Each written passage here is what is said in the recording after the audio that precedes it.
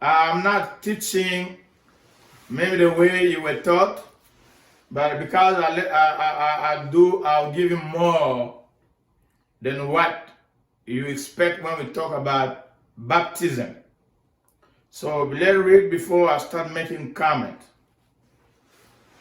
Mark 16, 15 to 16 is our basic, the foundation of this message. And he said to them, this is Jesus, he said to the 11 apostles, at this time, after the resurrection of Jesus, before the ascension, so before Jesus went to heaven, there were only 11 apostles.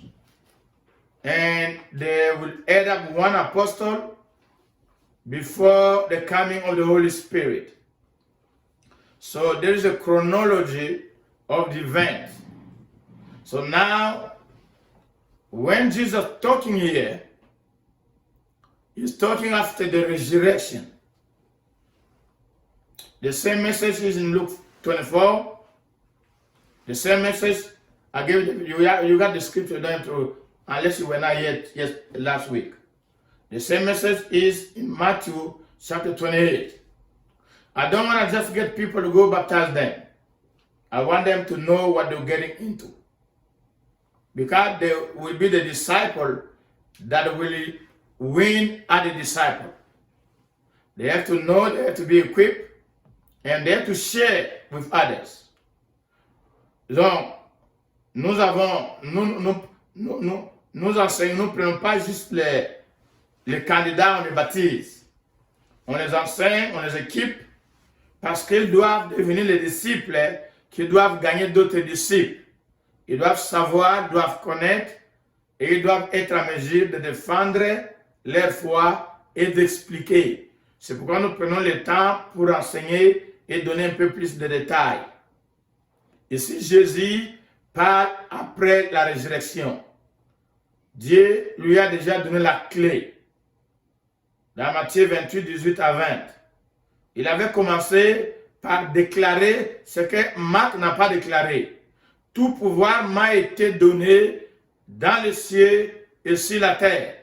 Alors quand on parle du ciel et la terre, on parle de tout l'environnement céleste, où on va parler de deuxième ciel, troisième ciel, et on parle aussi, quand on parle de la terre, on parle sous la terre.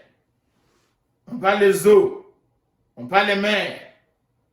Dans tous les sphères, célestes et terrestres, la domination, l'autorité, le pouvoir, la clé de fonctionner et d'opérer sur le plan spirituel a été donné à Jésus après la résurrection. Après avoir payé le prix, il vient avec la garantie. Quand il parle aux apôtres, il va les céder ce que nous appelons la grande commission. En les envoyant, il les envoie avec son pouvoir. Il les envoie avec sa puissance que le Père lui a donnée, qu'il cède aux apôtres officiellement parce que lui va partir. C'est pourquoi il a dit, tout pouvoir m'a été donné dans les cieux et sur la terre. Allez! And he said to them, go into all the world and preach the gospel to every creature. Ye who believe in singular, the message is preached to everybody, but the response is personal. On prêche à l'église, on prêche dans le monde, on prêche à la télé, l'évangile est proclamé, mais la réponse est personnelle, individuelle. Même si les 3000 personnes ont donné leur vie à Jésus le même jour, mais chaque personne doit prendre la décision individuellement. Even if the whole family, like in Act 10, get saved the same day, but the decision to believe in Jesus is individual, is not collective. Each one has to believe and be baptized. Then he is saved. He who does not believe will be condemned. So before I move on to what we're going to talk about today. I wanted to remind you, if you didn't get it clear in your mind, as I'm doing right now, you got to get to the point where after you read the Bible, you meditate the Bible, you can speak. The word got to be in you. You have to understand it in a way that you can explain it even without opening the Bible. So last week, I focused the message on the gospel. What is the gospel? When we accept Jesus, what are we accepting? Donc, quand nous acceptons Jésus, c'est quoi nous acceptons? Donc, la semaine passée, on a passé le temps à définir l'évangile. Allez, que cette bonne nouvelle soit prêchée à toute la création. Celui qui croira au Saint-Lié et qui sera baptisé sera sauvé. Donc, je donne les détails pour que nous comprenions. La réponse pour accepter Jésus est personnelle, individuelle.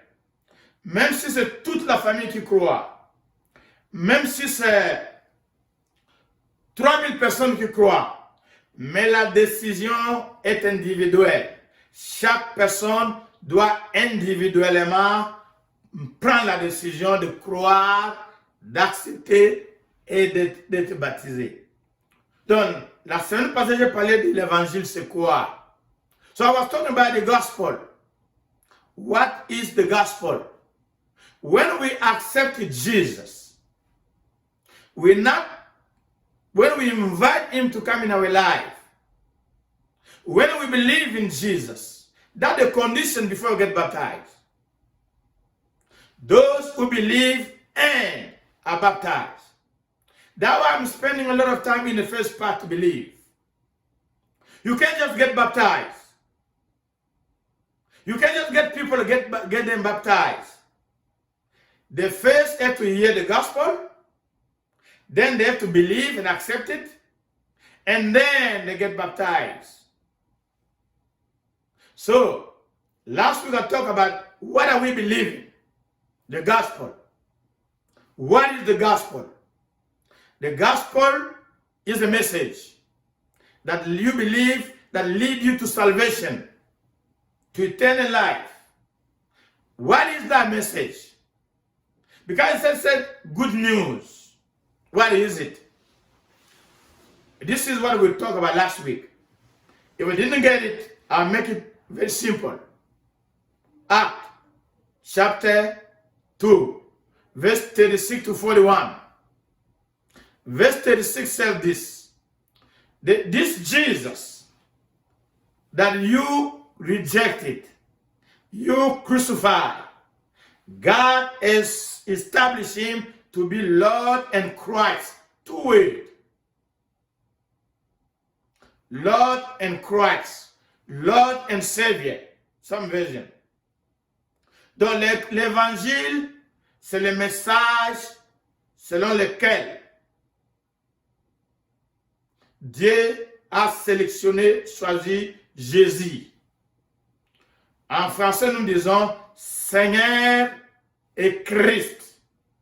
Seigneur et Sauveur. Seigneur is God. The Lord. The Lord is the King. The King is the one who has the kingdom. Savior is Christ, the Messiah. The Messiah is the one who's supposed to come and die to deliver people from bondage. So Jesus, those are two titles.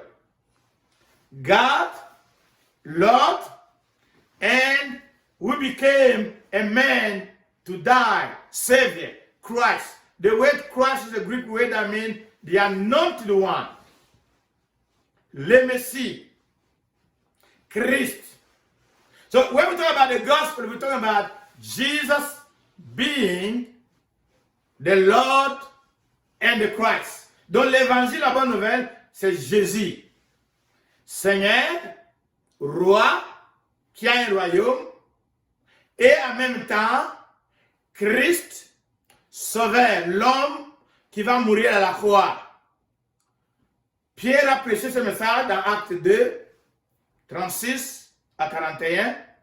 Le verset 41 dit ceci. If that Act 2, 41, those who believe receive remission of sin. So when you believe in Jesus as your Lord and your Savior, God gives you forgiveness and remission of sin. So and then Apostle Peter, he went to Act, we go to Act 10 with Cornelius. From verse 36, 34. If you can pick, if you have a Bible content there, you follow as I'm talking. In Act 10, verse 36. This is just I'm just trying to sum up what we talked about last week. In Act 10, 34 to 40, to the following. In verse 36, Peter presented Jesus as the Lord. In verse 38 and 39, Peter talked about Jesus' death. He was crucified. In Act 10, verse 40, Peter talked about God raising Jesus from the dead.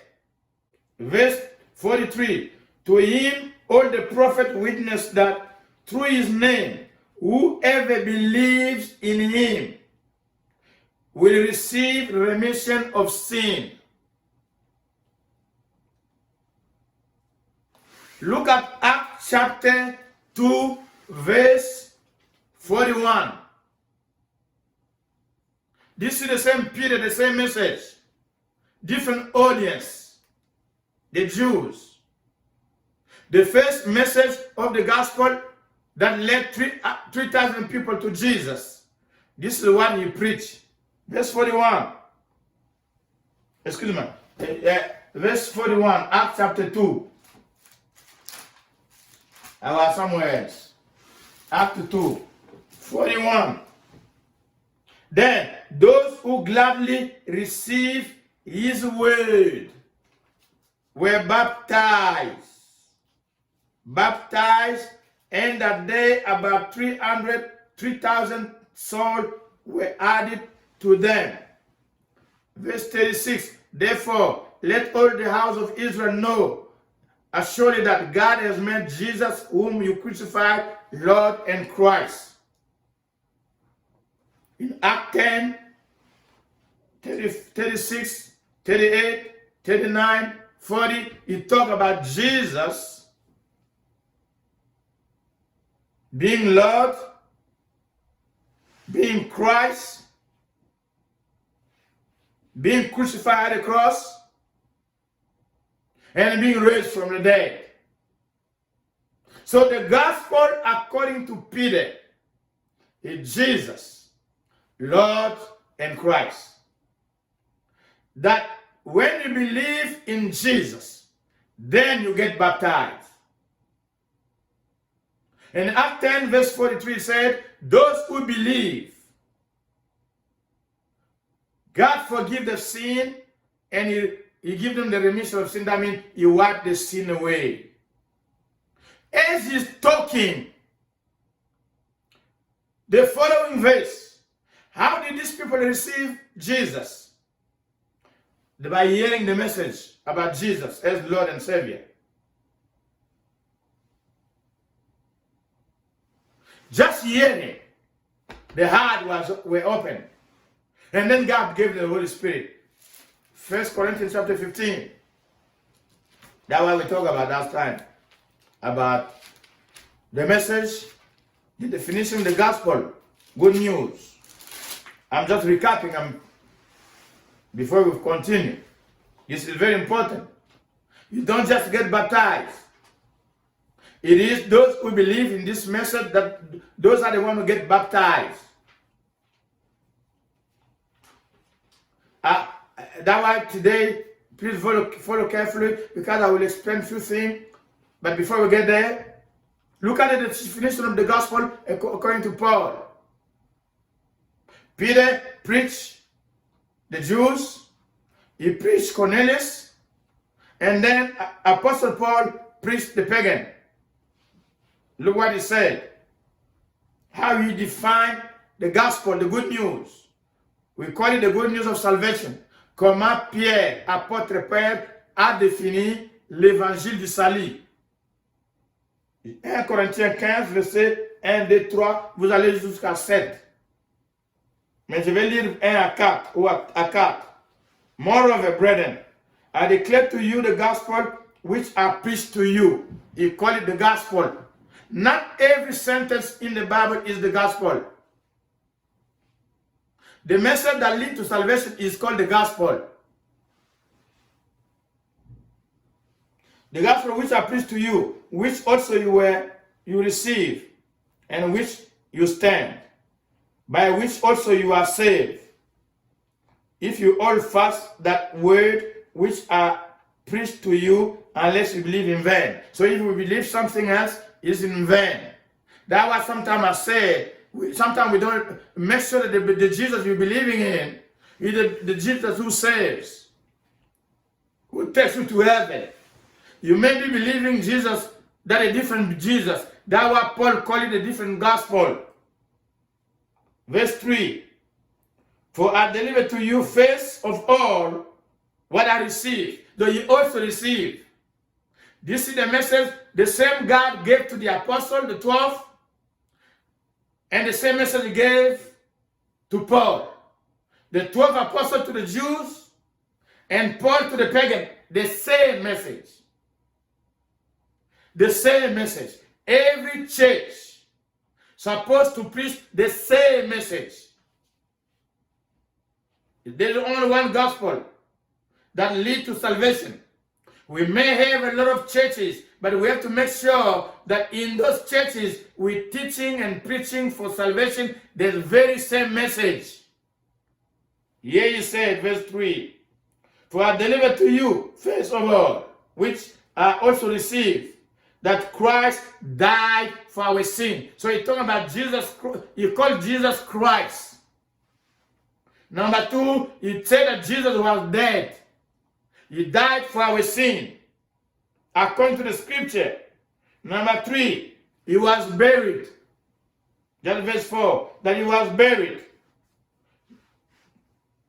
Verse 4, that he rose again from the dead, according to the scripture. Look at verse 5. And he was seen by Cephas and by other 12. Donc, ici nous voyons que l'apôtre Paul définit l'évangile. 1, il a appelé Jésus-Christ. 2, il a dit qu'il est mort pour nos péchés. 3, il a dit qu'il était enseveli. 4, il a été ressuscité. 5, il a apparu à Pierre, aux 12, 500 personnes et plus. Donc, on voit quand on veut définir l'évangile. L'évangile est défini comme ce message, selon lequel Jésus-Christ est roi, Seigneur et Sauveur. Donc, ça se résume en 2 éléments. Qui est Jésus? Qu'est-ce qu'il a fait? If you did not understand all those I'm saying, le message de l'évangile se résume en cette phrase. Tous ces passages-là, vous pouvez le mettre sous une autre forme. L'identité de Jésus et le travail de Jésus. Who is Jesus and what has he done? You have to know this message. It got to be in you. This is the message you have to go preach. This is the message you have to take to the unbelievers. Faith with Jesus is Lord and Christ. Is Lord and Savior. Number 2, what he has done. He died for me. He died on the cross as a punishment for my sin. Are you following? face who he is. He is God, Lord, Savior. That means he became a man. That is identity. His title. He got two natures. He is God in nature, but he became a man. That's what Christ means. The anointed one. The Messiah who got anointed to die. So Jesus is God, but he took the flesh, became a human being. Two identities. Lord and Christ. Seigneur et Christ. Seigneur et Sauveur. Dieu en nature. Ça, c'est son identité. Son travail, il est venu pour mourir. C'est pourquoi il a pris la forme de l'homme. Donc, quand nous parlons de l'évangile, croire à l'évangile, croire à Jésus, c'est ce message-là, croire que Jésus est Dieu, il a pris la forme de l'homme, il est allé à la croix pour mourir comme homme, pas comme Dieu, comme sauveur, pour payer notre prix, non payer le prix de mes péchés. Dieu l'a puni à ma place. Il s'est substitué à ma place. Les détails là sont importants parce que nous allons au baptême. C'est moi qui devais mourir à la croix. Parce que le salaire du péché, c'est la mort. C'est la substitution. Non, Jésus est venu, il a pris ma place. Dieu l'a puni. Dieu l'a frappé. Il est mort. Donc sa mort à la croix, c'était ma mort. C'est moi qui devais mourir. C'est pourquoi Dieu l'appelle le don de Dieu. Dieu a tant aimé le monde qu'il a donné son Fils unique afin qu'il croie à lui ne périsse point. Le salaire du péché, c'est la mort, mais le don gratuit de Dieu. Au lieu que je meurs, il me donne le don de Jésus. Jésus, c'est le don de Dieu, pas seulement pour les Juifs, pour tout homme sur la terre. Homme, femme, noir, blanc, riche, pauvre, américain, africain, européen, quel que soit, tout être humain, intellectuel, non intellectuel, éduqué, non éduqué. Jésus, c'est le don de Dieu pour payer les péchés de l'humanité, de toutes les générations. Il est allé à la croix. Il est mort. Il a été enseveli. C'est très important parce que les ennemis, quand vous allez évangéliser, vous allez rencontrer des ennemis qui vont dire qu'ils ne croient pas que Jésus est mort. Parce qu'ils ne croient pas à la résurrection. Parce que c'est le message fondamental de l'Église. Ils veulent détruire ce message fondamental. C'est pourquoi le gospel, c'est le fondement, c'est le message fondamental de l'Église. La vie, la mort, la résurrection de Jésus, c'est le message fondamental. Donc, Jesus, Lord, God, became a man, went at the cross. He died on the cross as a punishment for my sin. I'm the one who's supposed to be at the cross. He took my place at the cross. He died. He was buried. Or placed at the tomb. On the third day, God raised him from the dead. So when we talk about the gospel, who Jesus is, what he has done. He is God, he became a man, what he has done, he died for me at the cross. You accepted to be buried. God raised him from the dead, he is alive. That's the difference, he is alive. Because if he was not raised from the dead, you believing a dead Savior. That's why all those steps, understanding them is important. He died, he was buried, he rose again, and he is alive. He went to heaven, he's coming back. That's why we call the gospel. When we believe that message, When you believe that message and you get baptized, you are saved.